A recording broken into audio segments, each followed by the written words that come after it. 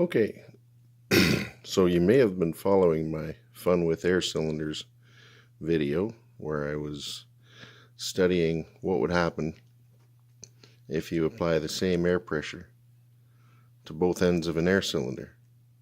Would it move? Would it move left, right, or would it stay still? So here we are about to put the air to it and find out. So as you can see, I've got a T here. The air can flow any direction. I've got a valve here. This valve here, though, will let air off of the cylinder. So after when I'm closing this valve, air bleeds off here, so it relieves all of the air pressure from both sides of the piston. So you'll see that I'll be able to move the piston freely like I can now. So now there's no air pressure yet to this thing, but I have an air compressor here. Let's turn some air on. I've got air to it now. And let's open the valve and see what happens. The piston is somewhere in the middle right now.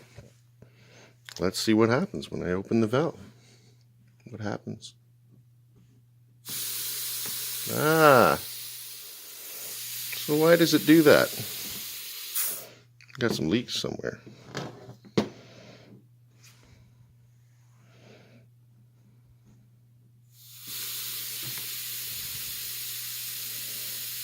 See if I can get rid of some leaks.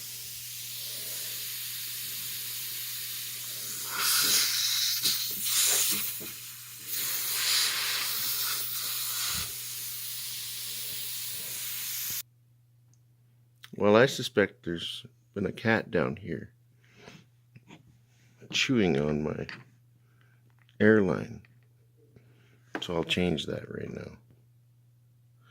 Yeah, so sure enough, the cat has had her way with a couple of these.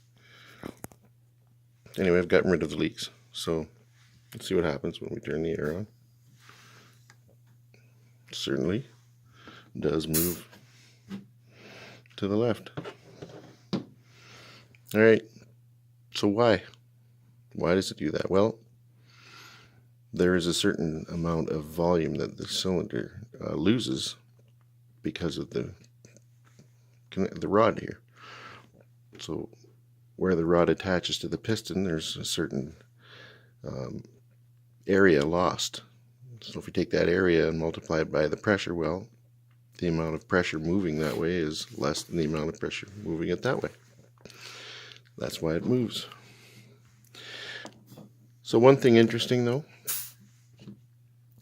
is that you can use that. So we'll talk about that later.